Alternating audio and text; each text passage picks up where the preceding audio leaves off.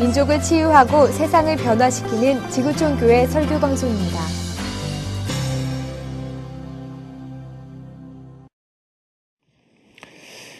저는 가을이 오면 어김없이 떠오르는 고 김현승 시인의 가을의 기도라는 시가 있습니다. 여러분도 잘 아실 것입니다. 가을에는 기도하게 하소서.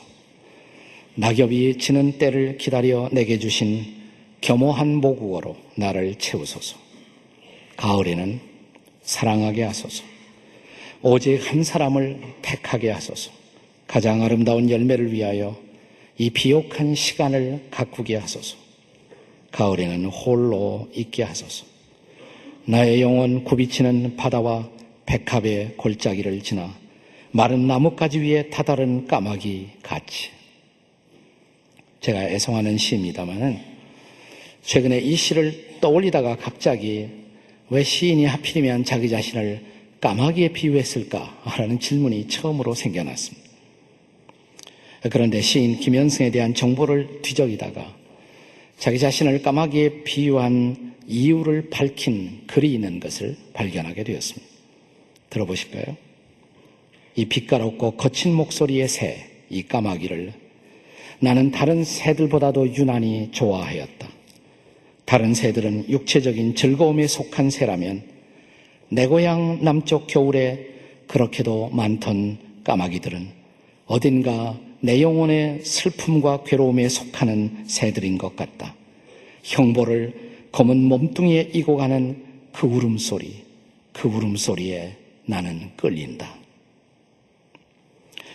결국 이 시인은 자신의 실존 혹은 인생의 실존이 까마귀처럼 슬프고 괴롭고 죄스러운 것이지만 그러나 하나님을 대면하는 영적인 체험을 통해서만 비로소 자신의 영혼은 비옥한 아름다운 가을의 열매를 맺을 수 있다라고 고백하고 있는 것입니다. 이것은 그가 그리스도인이기 때문에 가능했던 고백이라고 저는 믿습니다. 그렇습니다. 지금은 추수의 가을입니다. 여러분은 어떤 열매를 맺고 계십니까? 또 어떤 열매를 여러분은 거두고 계십니까? 바울 사도도 예수를 만나기 전에 우리의 인생은 마치 까마귀처럼 슬프고 고통스러운 것이었다라고 말합니다. 한마디로 우리 인생은 어둠이었다고 말합니다. 그런데 빛 대신 예수님을 만나 그 빛 대신 주님을 모시고 나서 우리가 빛 가운데 거하며 살아가는 빛의 자녀가 되었다라고 그는 고백합니다. 본문의 8절을 보실까요? 8절 같이 읽겠습니다. 시작. 너희가 전에는 어둠이더니 이제는 주 안에서 빛이라. 그리고 우리가 빛 대신 주님을 만나 그분 모시고 빛 안에 거하며 빛 가운데 살고 있다면 이제 우리가 마땅히 맺어야 할 빛의 열매가 있다라고 말합니다. 뭘까요? 9절입니다. 9절 말씀을 같이 읽겠습니다. 시작. 빛의 열매는 모든 착함과 의로움과 진실함에 있느니라. 자, 그렇다면 이 가을 저와 여러분이 맺어야 할, 우리가 맺어야 할 열매는 어떤 열매일까요? 첫째로 착함의 열매입니다. 착함의 열매. 옆에 있는 분들에게 착함의 열매를 맺읍시다. 한번 말해보세요. 시작. 착함의 열매를 맺읍시다. 그래도 반응이 없거든. 제발 착해지세요. 이렇게 다 같이. 시작. 한번 해보세요. 시작. 네. 근데 우리는 착해진다 그러면 어떤 뼈가 없는 무골호인, 그냥 사람 좋은 사람, 이것을 우리는 보통 일상적으로 착하다고 생각합니다. 성경에서 착하다는 의미는 조금 다릅니다. 이 착함이라는 단어의 본래 히라보 원어 단어는 아가토스네라는 단어로 쓰여 있습니다. 아가토스네. 이 단어는 아카토스라는 단어에서 나온 말인데 이것을 영어로 번역하다면 profitable, 유익하다 이런 뜻이에요. 그러니까 착하다는 말은 남을 유익하게 하는 것을 뜻하는 단어인 것입니다. 이것은 거의 우리가 잘 아는 아가페라는 단어와도 그 의미에 있어서 비슷한 것입니다. 하나님이 세상을 이처럼 사랑하사 아가페의 사랑이에요. 하나님이 우리의 유익을 구하셔서 우리의 유익을 위해 그 아들 독생자까지 보내주신 사랑, 이게 바로 아가페의 사랑이죠. 이것은 철저하게 자신의 유익이 아니라 남들의 유익, 이웃의 유익을 구하는 태도를 말하는 것입니다. 그것이 바로 하나님 자신의 성품이에요. 하나님은 선하신 분이십니다. 그래서 우리가 이렇게 말하지 않습니까? 복음성가에도 God is good, God is so good. 그분은 아주 선하신 분이십니다. 그는 우리 인간을 선대하신, 선으로 대하신 분이십니다. 하나님은 해를 악인과 선인에게 함께 비추시는 분. 그분은 비를 의로운 사람과 불의한 사람에게도 함께 비를 내려주시는 분이십니다. 시편 기자는 이 땅은 하나님의 선하심으로 충만하다 이렇게 말하고 있습니다. 하나님의 아들 그리스도는 이 땅에 오셔서 우리에게 좋은 선물들을 주신 분이십니다. 그는 이 땅에 병들고 아파하는 사람들을 그의 선하심으로 대하시고 고치시는 바로 그런 분이셨습니다. 그분은 자신을 따라오는 제자들에게 착하고 충성된 종이 되라고 가르치신 분이십니다. 또 그리스도의 영이신 성령은 우리 안에 오시자 우리를 통해 거룩한 열매를 맺기를 원하십니다. 성령의 열매, 보통 우리는 성령의 열매를 9가지다 이렇게 말하는데 그 열매 가운데 여러분 착함의 열매가 있었던 것 기억하세요? 양선이라고 그러죠. 양선의 열매, goodness, 양선의 열매, 착함의 열매인 것입니다. 선함의 반대가 뭘까요? 악함입니다. 약함으로 사는 사람이 바로 악인이죠. 악인. 한마디로 악인은 어떤 사람일까요? 저는 성경적 의미에 비춰보자면 한마디로 악인은 아주 이기적인 사람. 이게 악인이에요. 이 이기심의 정도가 진한 사람을 악인이라고 말하는 것입니다. 그는 전혀 남들을 배려하지 않습니다. 철저하게 사람들을 이용하고 버립니다. 심지어 이웃들을 파괴하는 데서 삶의 쾌감을 얻으려고 하는 사람, 이게 악인입니다.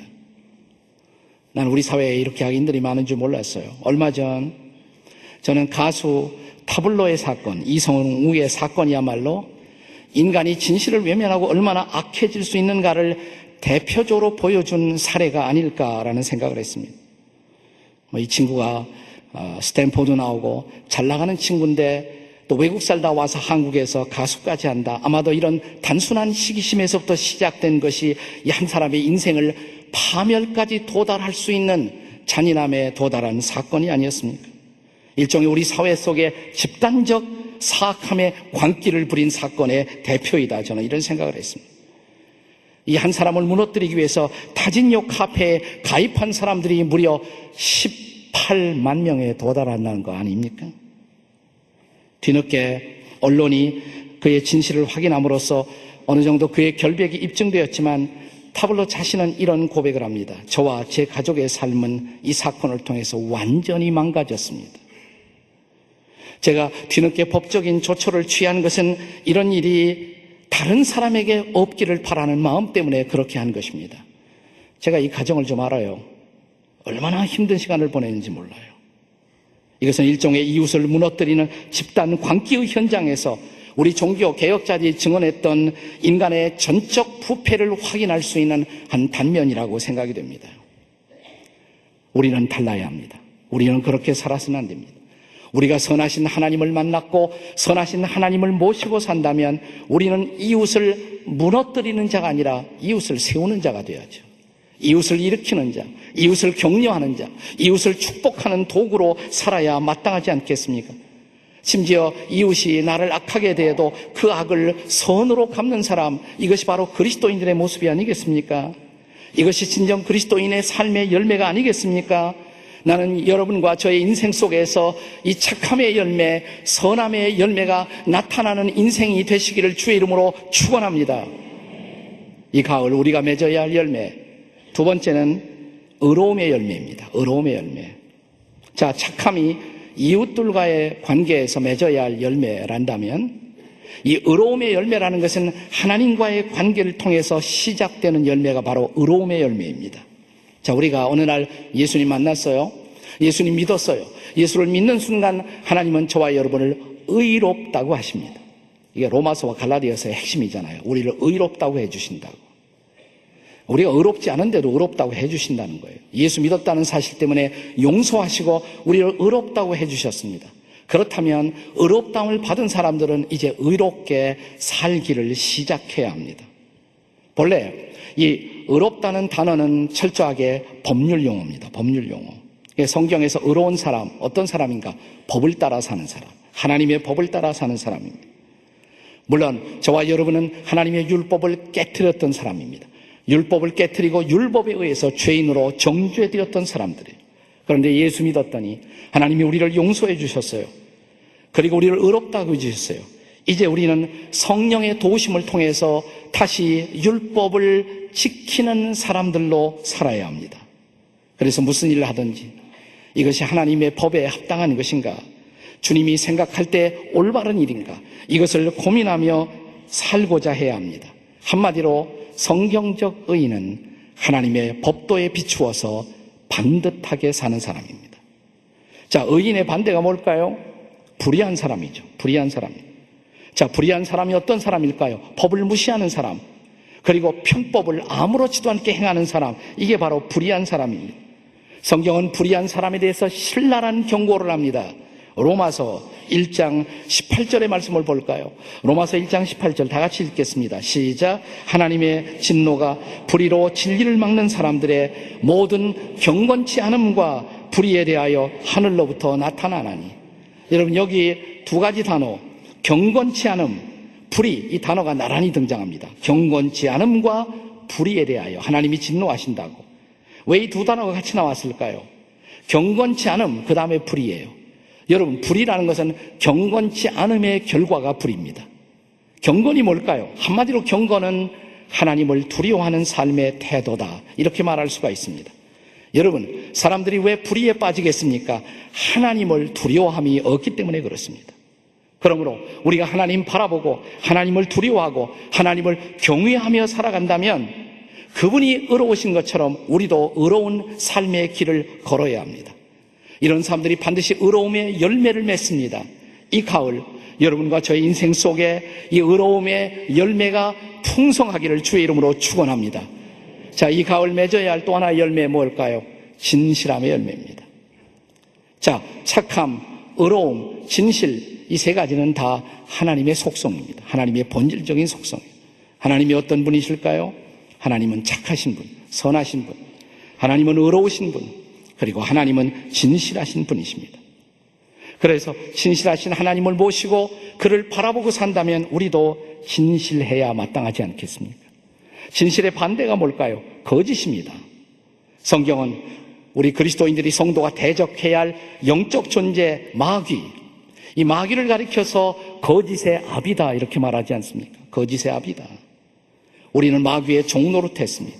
예수를 믿는 순간 마귀의 종노릇에서 해방되어 더 이상 마귀의 자녀가 아니라 우리가 하나님의 자녀가 되었다면 우리는 거짓의 옷을 벗어야 합니다. 그리고 이제 우리는 진실하신 하나님을 닮아가야 합니다. 우리가 빛이신 하나님을 만나는 그 순간 우리는 어둠으로부터 벗어나기 시작한 것입니다. 여러분, 빛이 어둠에 비추면, 빛이 어둠에 비추게 되면 어떤 일이 벌어집니까? 어둠 속에는 모든 것이 다 드러나요. 다 폭로가 됩니다. 그때 우리가 취할 수 있는 두 가지 액션이 있습니다. 둘 중에 하나 반응을 보일 수가 있어요.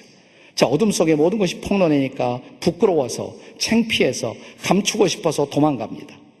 도망가면 해결이 아니에요. 그러나 빛이 어둠을 폭로할 때 맞습니다. 그것이 제 모습이었습니다. 제가 그렇게 살았습니다. 그리고 빛 앞에 폭로된 내 모습을 아파하며 고치기 시작한다면 그것이 변화예요. 그것이 진실함을 향한 삶의 변화인 것입니다. 이제 더 이상 그렇게 살면 나는 부끄러워할 필요가 없어집니다. 속일 필요도 없어집니다. 요즘 이런 삶을 우리 사회에서는 투명한 삶이다 이렇게 말합니다. 투명한 삶, 인테그리티가 있는 삶, 투명한 삶. 성경은 빛이신 하나님을 만난 사람마다 이 투명한 삶을 살게 될 것이라고 말합니다. 이것이 바로 빛의 하나님을 만난 빛의 자녀들이 맺어야 할 열매인 것입니다. 자, 제가 세 가지 열매를 언급했는데 첫째 뭐예요? 착함의 열매. 이것은 이웃들과의 관계에서. 두 번째, 의로움의 열매. 이건 누구와의 관계에서? 하나님과의 관계에서. 세 번째, 진실함. 이것은 자기 자신과의 관계예요. 내 양심에 부끄럽지 않은 진실함. 이것은 자신과의 관계에서 맺어야 할 열매인 것입니다. 이제 11절은 이런 변화의 삶에 대한 증언을 우리에게 들려주고 있습니다. 자, 11절 다 같이 읽겠습니다. 시작. 너희는 열매 없는 어둠의 일에 참여하지 말고 도리어 책망하라. 더 이상 어둠으로 돌아갈 수는 없습니다. 13절에 이어질 말씀 읽겠습니다. 다 같이 시작. 그러나 책망을 받는 모든 것은 빛으로 드러나나니 드러나는 것마다 빛이니라. 이제 책망받고 변해야 합니다. 그런데 중요한 것은 저와 여러분이 이런 삶을 살아야 할 이유가 무엇 때문입니까? 단순히 모범적인 삶을 살기 위해서? 단순히 도덕적인 삶을 살기 위해서? 아닙니다. 빛의 자녀들에게는 인생을 사는 더 높은 모티브, 하이어 모티브, 더 높은 동기가 있어야 돼요. 도덕적인 동기보다 더 높은 동기 뭘까요? 그것은 우리를 구원하신 주님을 기쁘시게 하고자 하기 위해서. 이것이 새로운 삶의 동기인 것입니다. 자, 본문의 10절을 같이 읽겠습니다. 10절 말씀 다 같이 시작. 주를 기쁘시게 할 것이 무엇인가 시험하여 보라. 여기 시험하라는 말이 나와요. 히라보로 도키마조, 영어의 테스트라고 번역된 영어도 있습니다만은, 그러나 많은 영어 성경은 이것을 prove라는 단어를 써요. prove, 증명하라 이 말이에요. 증명하라. 내가 이렇게 하면 주님을 기쁘시게 하는 삶일까? 내 몸으로, 행동으로 주를 기쁘시게 하는 삶을 증명해낼 수가 있어야 한다는 것입니다. 그것이 빛의 열매라는 것입니다. 사랑하는 여러분, 이 가을 우리의 삶 속에서 착함, 의로움, 그리고 진실함의 열매를 드러내고, 우리가 이 열매를 증명할 뿐만 아니라, 이 열매가 우리의 다음 세대, 우리의 자녀들에게까지도 이런 착함과 의로움과 그 다음에 진실함의 가치가 우리의 다음 자녀들에게도 계승될 수 있기를 주의 이름으로 축원합니다. 그러려면 새벽 기도부터 나와요. 내일 새벽 기도부터. 자녀들 데리고 다 나와요. 자녀들 데리고. 어린 꼬마들도 다 데리고 나와요. 이 가치를 공유하고 계승한다는 것, 얼마나 아름다운 일입니까? 제가 설교할 때 종종 소개하는 우리 시대의 영적인 거인 가운데 그 네덜란드 화란 출신의 할머니 코리 텐붐이라는 이름을 기억하시죠? 이분이 쓴 책 가운데 주는 나의 피난처라는 책이 있습니다. 영어로는 Hiding Place. 영화로도 만들어졌어요. 이분은 그 독일 나치가 유럽을 지배할 때 그때 유태인들을 숨겨두었던 죄목 때문에 온 가족이 체포되어 독일의 나치 수용소에서 고생을 합니다. 그러다가 코리의 언니 베시는 그 고문을 이기지 못하고 거기서 죽습니다. 그런데 코리가 자유를 얻은 다음에 자기 언니를 죽인 그 감옥의 간수를 만나요. 근데 그를 용서합니다. 그리고 그 다음에 그는 독일, 유럽, 미국 전 세계를 다니면서 놀라운 간증을 통해서 이 시대의 사람들에게 큰 신앙의 영적인 흔적을 남깁니다. 그런데 이 주인공 코리 텐붐은 자기가 이런 인생을 살게 된 중요한 원인은 전적으로 아버지의 영향이다. 아버지 때문이다. 이런 간증을 하고 있습니다. 이 코리 텐붐의 아버지, 그 아버지의 이름은 게스퍼 텐붐이었어요. 게스퍼 텐붐. 그분은 본래 시계방을 운영하고 있었습니다. 시계 상점을, 어려운 때에 시계방을 화란에서 운영하고 있었습니다. 그런데 시계방을 운영하면서도 아침과 저녁이면 자녀들을 항상 모아놓고 성경을 읽고 기도하는 시간을 그는 빠짐이 없었습니다.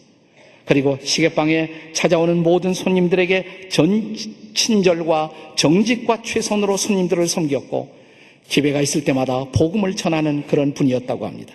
하루는 아주 부자 커스터머 손님이 한 분이 시계방을 찾아왔어요.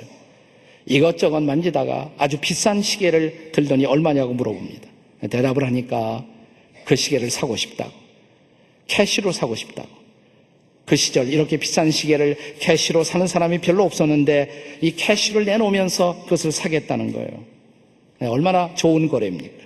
그 시계만 팔면 온 가족이 적어도 한 달 이상 고생하지 않고 살 수 있는 그런 금액이었습니다. 자, 이제 거래가 끝나고 캐시를 받고 시계를 막 내어주는데 상대방이 이렇게 말하더래요. 그런데 사실은 자기가 아끼는 시계가 있었는데 그 시계를 고치려고 여기서 멀지 않은 코너에 있는 시계방에 가지고 왔더니 그 시계를 고치지 못한다고. 그래서 할 수 없이 새로운 시계를 사려고 여기에 온 것이라고. 그 말을 듣더니 코리의 아버지 게스퍼가 이렇게 말합니다. 그 시계 한번 보실까요? 제가 보고 싶네요. 그러더니 그 시계를 몇 번 이렇게 만져보더니 됐네요. 고쳐지네요. 그래서 시계를 이렇게 돌려주는 거예요. 어느 시계방입니까? 가까이 있는 시계방을 가리키니까 네. 최근에 그 아들이 물려받았는데 그 아버지는 아주 훌륭한 저의 친구 동업자입니다. 아들은 아직 경험이 없어서 그런데 조금 경험만 갖추면 훌륭한 그분도 시계공이 될 것입니다. 그 시계빵이 단골이면 계속 이용하시죠. 그러면서 하는 소리가 이제 이 시계 고쳐졌으니까 새 시계 사지 마시죠. 그러면서 캐시를 돌려주는 거예요. 캐시를 돌려주고 시계를 받습니다. 그 광경을 물끄러미 바라보고 있던 어린 소녀 코리는 자기 아버지에게 은근히 화가 났다고 합니다. 그 돈이 얼만데? 한 달을 우리 가족이 살 수 있는데 아버지 어째서 끝난 거래를 다시 그렇게 무의로 돌립니까?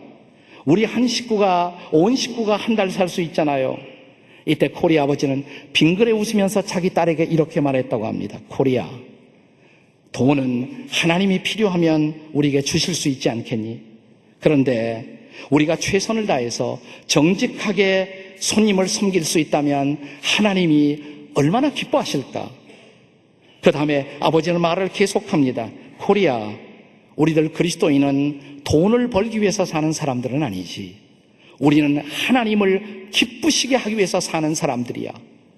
우리는 돈을 벌기 위해서 사는 사람들이 아니라 우리들 그리스도인들은 하나님을 기쁘시게 하기 위해서 사는 사람이지. 코리는 평생 이 교훈을 잊어버리지 않았다고 합니다. 이것이 바로 주를 기쁘시게 하는 성도들의 삶의 모습이 아니겠습니까? 그래서 오늘의 본문 성경은 이렇게 말합니다. 주를 기쁘시게 할 것이 무엇인지 시험해보라고. 내 구체적인 삶의 장을 통해서 하나님을 기쁘시게 하는 삶의 열매를 내보이라고. 그리고 이제 이 잠자는 어둠의 세대에서 깨어나야 한다고. 일어나 빛을 비출 수 있어야 한다고. 이것이 우리가 맺어야 할 거룩한 인생의 열매라고 증언하지 않습니까?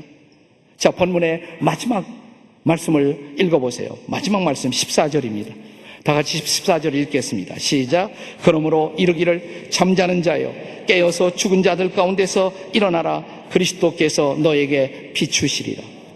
본래 14절 말씀은 초대 그리스도인들이 초대교회가 부활절을 맞으면 부활절 아주 새벽에 부활절을 맞이하면서 찬송을 불렀을 때 거기에 사용되었던 찬송의 가사를 바울 사도가 그대로 인용한 것이다 이렇게 말합니다. 예, 부활절이 왔습니다. 그들은 새벽에 일어나 예비하며 이 찬양을 가사로 부르는 것입니다. 잠자는 자여 깨어서 죽은 자들 가운데서 일어나라. 그리스도께서 이제 비추시느니라. 사랑하는 여러분, 어둠은 지났습니다. 어둠을 이기시고 부활하신 그리스도, 사망을 이기시고 부활하신 그리스도, 그분이 우리에게 명하십니다. 이 잠자는 시대를 향해서 명하십니다. 이 불의함과 이 거짓됨과 그리고 이 어둠이 지배하고 있는 세대를 향해서 주께서 말씀하십니다. 깨어나라고. 이 어둠에서 어둠을 박차고 일어나야 한다고. 그리고 빛을 발해야 한다고. 그리고 빛의 열매를 맺어야 한다고. 사랑하는 여러분, 우리가 살고 있는 시대는 아직도 악함의 어둠 속에 잠겨 있습니다. 불의함의 어둠 속에 잡혀 있습니다. 거짓의 어둠이 덮고 있습니다. 이런 세대 가운데서 주께서 우리에게 이렇게 말씀하십니다. 깨어나라고, 일어나라고, 그리고 이 시대를 변화시키라고. 너희들은 달라야 한다고, 착함으로 살아야 한다고, 의로움으로 살아야 한다고, 진실함으로 살아야 한다고. 그리고 이 착함과 의로움과 진실함의 거룩한 열매를 맺어야 한다고. 그리고 이 거룩한 가치의 열매를 우리의 다음 세대에도 우리가 계속해서 유산으로 물려줄 수 있어야 한다고. 그래야 교회가 세상의 희망이 될 수가 있다고. 그래야 우리가 이 세상의 소금이 될 수가 있다고. 그래야 우리가 이 세상을 변화시킬 수가 있다고. 사랑하는 여러분, 이제 정말 어둠을 박차고 일어나는 사람들은 어디에 있습니까? 이 빛을 사모하고 빛의 하나님을 사모하고 빛의 열매를 맺는 당신의 사람들은 어디에 계십니까? 기도하시겠습니다. 주시옵소서.